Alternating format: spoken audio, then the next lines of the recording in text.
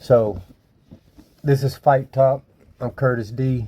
The only proper way to start this channel, I believe in my own eyes, is to break down one of my fights. And I'm 17 in this video. Just a short little recap and a review of what's going on in this video. My fighter didn't show up. I was actually trying to drop a weight class right here. I was fighting at 165 Junior Open. This guy was a open division fighter, and what that with USA Boxing is it kind of keeps you in the category of people at your same caliber, sorry. That's actually how I run up a lot of guys that say they're so on and so forth, Golden Gloves champions, or I was a Golden Glove whatever, blah blah blah. You know how you got those guys. And I'll give you a little insight and a little trick of the trade, how I run them up.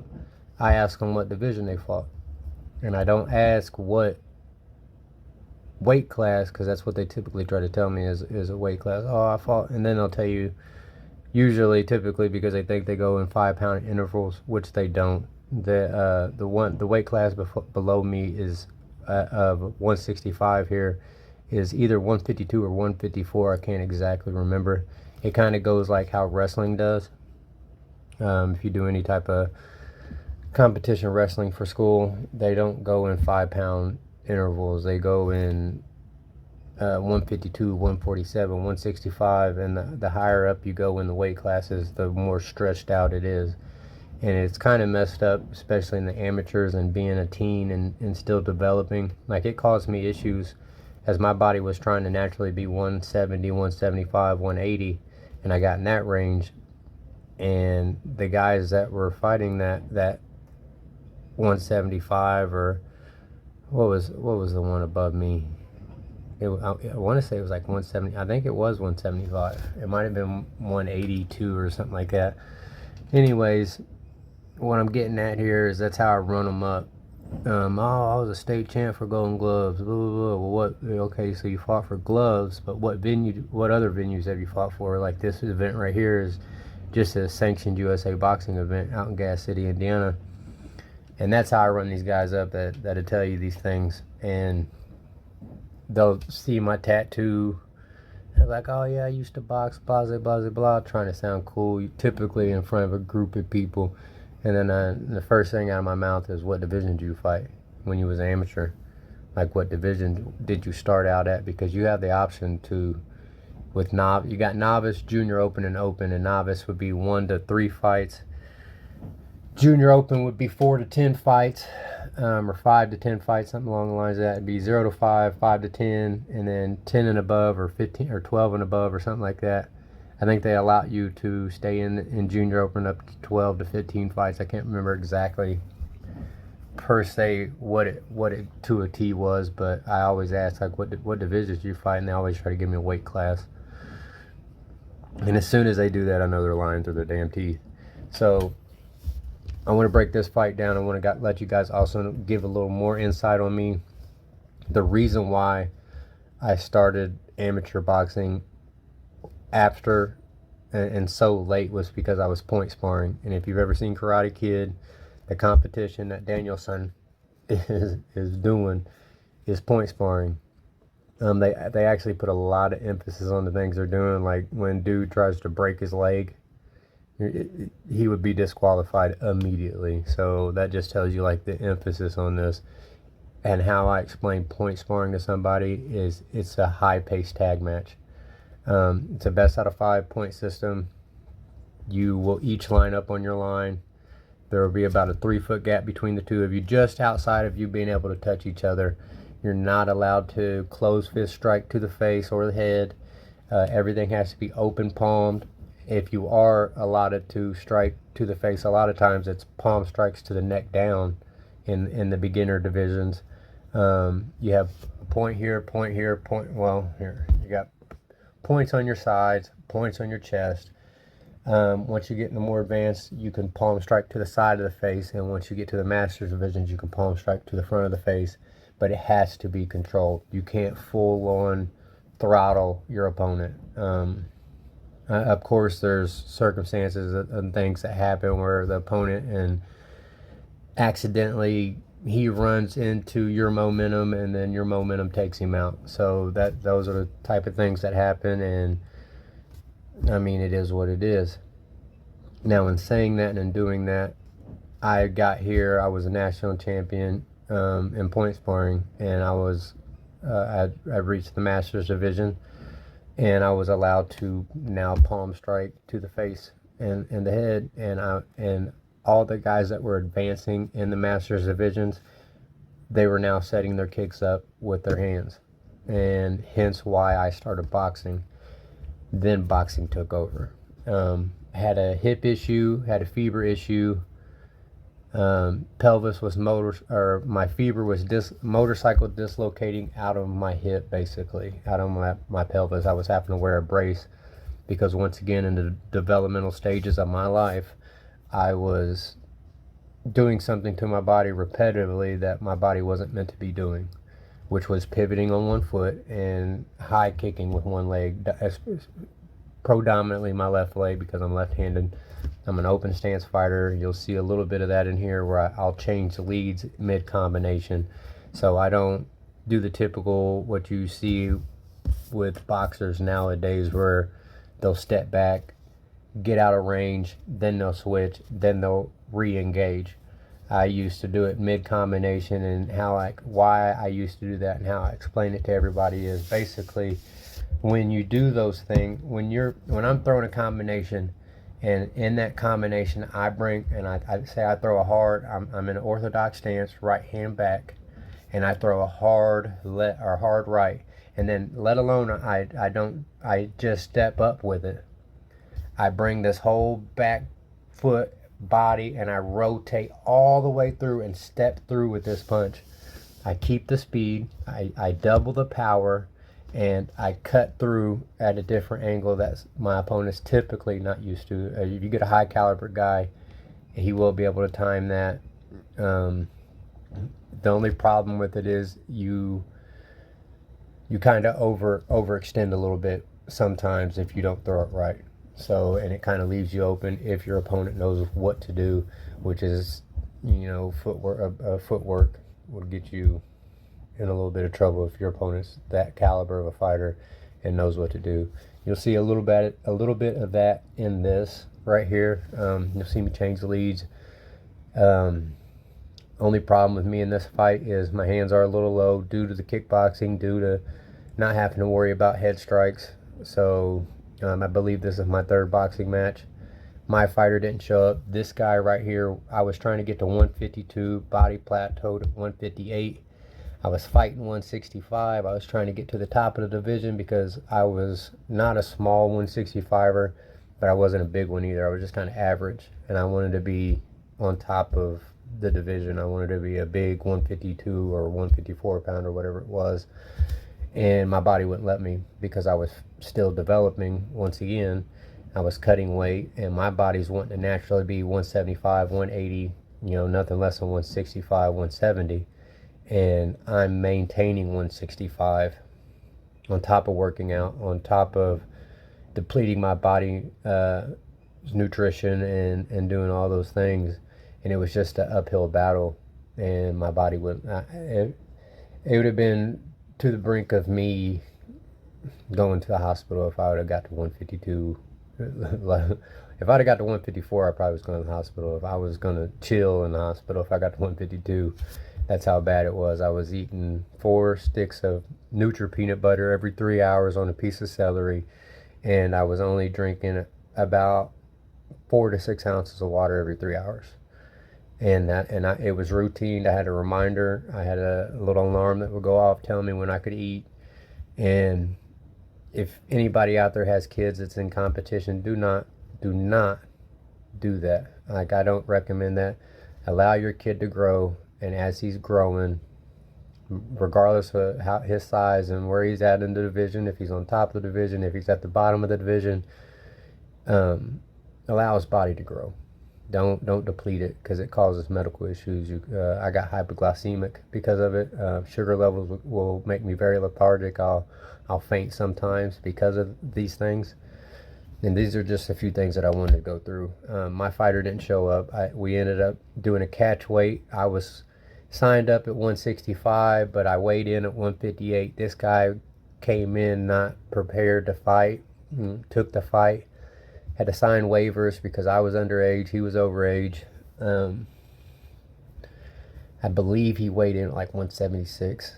It's not a very big difference.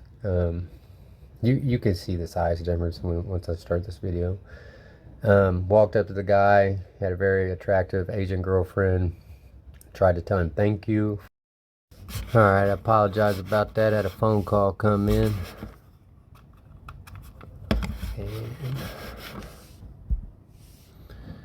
And we're back. So, tried to tell the guy thank you for picking the fight up because his fighter didn't show up. And he was real smug. The only thing he did was kind of give me a brief, like I was easy money. And as you can see with the timing of the video, down here, 126 is all the video takes, and it gets a standing 8. The mouse ain't working. Alright, well that sucks. But he was just real smug and kind of asshole-ish. So we'll start the video now. I got it right where the referee Dave here is starting the fight in the opening bell. Dave's a dick, beat up a bunch of his fighters. He used to run a gym called Genesis, and he ain't no shit. Dave, if you see this, fuck you, because he tried to have a Mexican guy hurt me in sparring. I used to go to Genesis at one point in time. He was mad because I wouldn't fight on the team. Didn't listen to anything he told me. I was fighting under a guy named Vance. He was a pro boxer, and Vance basically told me right before I got in the ring to spar the Mexican guy, he told me Dave was over hyping the Mexican guy up, trying to get him to not go 50 to 75%. He was basically gonna go all out, and I ended up putting the guy on his ass a couple times for doing what he thought he was gonna do to me, which was hurt me, but that didn't work. Then I fought a couple of Dave's guys in exhibition matches, gym versus gym. I've trained with the likes of Matt Mitrione, Chris Lights Out Lytle, Jake and Justin O'Brien. They've all made it to the UFC out of Indianapolis. I'm from Indianapolis. We all fought at a place called Ring Sports under a guy named Keith Palmer, who was an ex-pro boxer himself, turned fight promoter slash trainer slash manager. Made a pro debut, but wasn't very good. He was more sound on training guys. Trained with a couple pros up here by Louisville now. What was that guy's name? Carlos Dixon, another light-skinned dude named Anthony, I'm sure. They fight under Evander Holyfield. I still get a few phone calls here and there. Come spar, get paid for sparring every once in a while. I still go to a gym. I try to find gyms that let me just basically pay by the day. Have a few medical issues, eye situations, a hip situation, and a few other things. Been to the penitentiary. That's why I don't compete no more, and that's why I'm here. So I'm kind of like the opposite of Jake Paul. I'm a boxer trying to be YouTuber. Or he was YouTuber turned boxer, so it's just a vice versa. And I'm going to end up breaking down that Tommy Fury fight that just happened, and I'm going to give you guys a little insight on my feelings towards, because I called it just before this fight starts. I'm just going to give a little insight on it. Jake looked really depleted, and I said that right before the fight. Like, they were doing an interview, and he was sitting there getting his hands wrapped and stuff like that, and or he was getting ready to spar for the fight or something like that, but he was getting his hands wrapped, and I seen his frame. And I don't know if it's because of this fight. I don't know if it's been every fight that USADA, the testing, and I'm not making any accusations, I'm not making any claims that he's doing steroids or anything like that. But maybe there was some enhancement. Maybe there were some things in them previous fights, because if you watch that Tyron Woodley fight with him, I mean, he looks jacked. Like, I was like, damn, this dude's frame, he's fucking Like you see him in them baggy shirts, even though it's designer, he wears it baggy. He has a weird style, but when you see him in there with these other athletes, like he's not a small dude. But when I don't know if it was because he was standing next to Tommy, and Tommy's got so much muscle tone, and he's kind of ripped. And then I seen Jake, and he had like this pale flush like he always has these like red marks on his face. I don't know if it's just because he's always sweating or something when he's recording. He's got like this redness here, but he looked flush and pale in his face, and he looked real depleted. He didn't look like he had been working out and training. And I called it. I said it before the fight, and he was struggling with Tommy. Now don't get me wrong, he was cracking, and Jake turned me into a fan. I'm not gonna lie. Like when he first started, like made a little scene on. I'm not into any of the other influencers. KSI's like doing like a WWE style to it. Like Jake's the only one that, in my eyes, I like Salt Poppy. I ain't gonna. I don't like him and his YouTube stuff, but he's got some skills. Salt Poppy got some skills. Like he showed a lot of adversity in that last fight. He went up against a real. I don't know if he's an MMA fighter, or if he's a boxer, or what he is, but and that dude was pretty big, and he was fucking laying into him, and he was trying to play shit off. He was cracking on Poppy, and Poppy, he was trying to play it off. But that's for a later video. We'll get into those videos later on. I'm not making accusations saying Jake's taking steroids or nothing like that. I'm already past 15 minutes in, and I haven't even clicked start on this video. So let's get to this video, because I can talk about fighting all day. So if y'all into this and y'all like hearing this and commentating this, you got the right person. So here we go.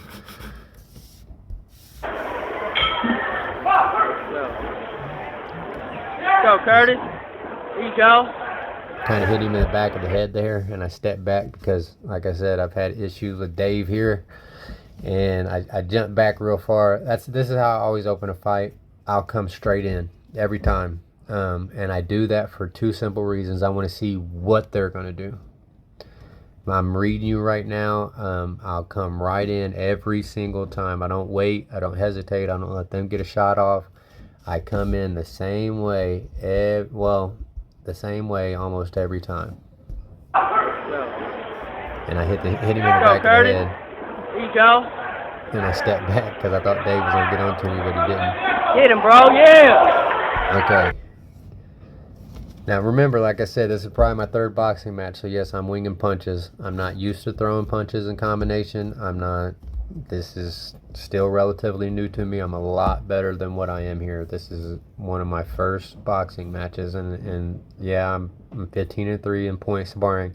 But like I said, we didn't use our hands, but very rarely. It was more of like I try to get you away, or I'm trying to gauge distance with my palms. I'm not really trying to strike with them, and I'm just trying to line up kicks and sweeps. But so yeah, I do wing these punches, but now I'm a lot tighter. My elbows stay in. I fell in love with boxing. Boxing's my first sport, even though it wasn't my first sport, if that makes sense. Go, Curtis. Yeah. Pair him Headgear up. messes up right here. I had to step back and adjust it. That's actually my guy Kevin Hoover's headgear. There I you didn't have go. none. I had Calm some, but down. it was training headgear, and I didn't know there was a difference at this time. Hands are a little low, but keeps yelling to me. My corner man's name's Donnie. I'm gonna bring this back a little bit because I'm opening a good combination right here. He's noticing my hands progressively dropping. I had a bad habit back in the day. I would backstep, and when I would be ready to gauge for a kick, and instead of backstepping with my hands high and open, with boxing I knew I had to keep my hands tight, and it created a habit of me dropping my hands, and I could see my fist here, and this is okay, but this is where you want. I really like doing a closed at an angle, and I'm to eliminate any type of targeting, and that way I can. Your first defense over everything is your footwork. Your second defense over everything is your head movement. Your third defense is now I'm having to parry and catch. Fourth defense, I'm blocking. Fifth defense, I find the punch with my forehead. And last resort, I basically headbutt their fist so I don't get hit in the face.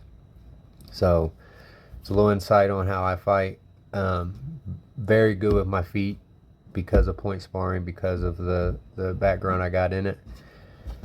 Right now, what's getting ready to happen is I'm getting yelled at for my hands by Donnie. Donnie's a great corner man, great coach. Bigger guy, probably range of 250, 240, 260 range. And he would move like he was smaller than me. He floated on his feet. His combinations were crisp, and he had tree trunk legs. The guy literally threw a roundhouse one time, folded me over his leg, spun me around like he was up on his foot like a ballerina, and I'm draped over his leg, going on a merry-go-round ride. And he moved like a lightweight. His combinations were crisp. He was fast, and he was quick, and he was a big guy. Donnie, if you get wind of this video, what's up, man? I miss you guys. Mr. Smith, what's up? All of that. So right here, Donnie's yelling at me. My hands was too low, so you see me bring my hands back up. I'm positioning him with my movements. I want him either in that corner up against them ropes, and I want to body head him. And I get it real good right here. And at this point right here, he starts making feminine noises. There you go. Boot, boot, boot, boot, boot. Right here, he starts making. Sorry, Calm down. Calm down. Any type of female. There I you go. apologize. I didn't mean to make it sound like women Let's go, Curtis. make Let's go, weird Curtis. noises when they're getting hit or something. Yeah, come on. I'm not trying to be like Come that. on. Just it was real. He gets a standing 8 here for not responding to 8 to 10 punch combination. So the ref in the amateur just has to break us up. He has to go over to him, especially in a junior open division, and make sure he's okay and still willing to fight, which he is. Right here, Donnie starts telling me to relax, calm down, keep my hands up, and he doesn't have an answer for my left hook, which I am left-handed. I'm an open stance fighter. Like I said, I change leads when I punch. So what do? Relax. Relax. My buddy Zach's recording this. 1, 2, Yeah. 3, 4 Yeah. left hooks. Yeah. 4 left hooks. These are his corners. You can tell they're stressed out. They're not even barking orders at him. Thank you. Yeah. He knew he was in over his head. He tells the ref there he don't want to fight no more. So that's a little insight on me, guys. I mean to try to. I know I kind of threw a bunch in on top of all this. This is just the first video. Like I said, I want to break more fights down. I got more recording equipment in the mail, or not in the mail, on order, and cards and stuff like that. Haven't been ordered yet, but I'll have better equipment, better content. Right now I'm doing this off my phone. You just got to kind of work with me. I got another channel, Southside J Series. I just started that. It's probably a month old, maybe 2. Go check that out. Like, subscribe, share, both do the same thing. If you get into cars, you get into fighting, this is a channel for you. That's the channel for you. I'm gonna wrap this up because it was a little longer than what I wanted to be, but this is the first one, so it is what it is. Content in the future, Gervonta and Tank. I'm gonna break that down, give my predictions on that fight. We're gonna go back and look at some of the old fighters that I used to inspire to be like. Sugar Ray Robinson. I'll give my thoughts on Mike Tyson. I'll tell you guys why Muhammad Ali was great, and it was just more than boxing. It was adversity he had to overcome. There's just so much I can go into. I've got a background in jiu-jitsu. I got a background in taekwondo. I got a background in JKD. I got a background in Kempo karate. I got a background in Kali and Salat. I got a background in Western and Filipino style boxing. I got a background in, I was doing this from the time I was 8 till I went to the penitentiary at 23. I was in some type of combatives. It's always interested me. I don't watch any other sport but a fight. I couldn't tell you who won the Super Bowl this year. I couldn't tell you who won the NBA championship this year. I couldn't tell you who Tampa Bay's quarterback is. But when it comes to fighting, I can break it down in a better way than most. I'm not saying I'm the best, but I watch fights differently. I understand fights differently, and there's a lot of people that do. And if you do, you know what I'm talking about. You know, if you just, you know. I'll just say it like that, all right? I appreciate y'all for watching. That's me at 17. I'm 34 now. I look forward to keep doing this. So I don't care if it's for free. I'd like to make some money doing it, but I mean, it is what it is. We'll get into a little bit of the influence boxer scene. I'm gonna wrap this up here. You guys got any questions for me? Leave it down in the comments. I'll do it the best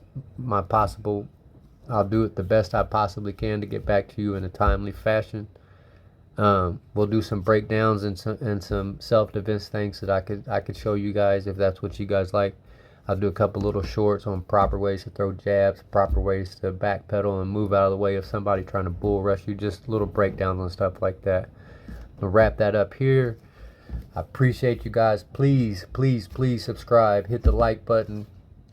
Leave a comment on what you'd like to see, or leave a comment on what you'd like to break down, or if you got a fight video and you want to send it to me and get my opinion on it, go ahead, send it to me. Or you got somebody you want to talk about and you want to hear about, tell me and we'll break it down.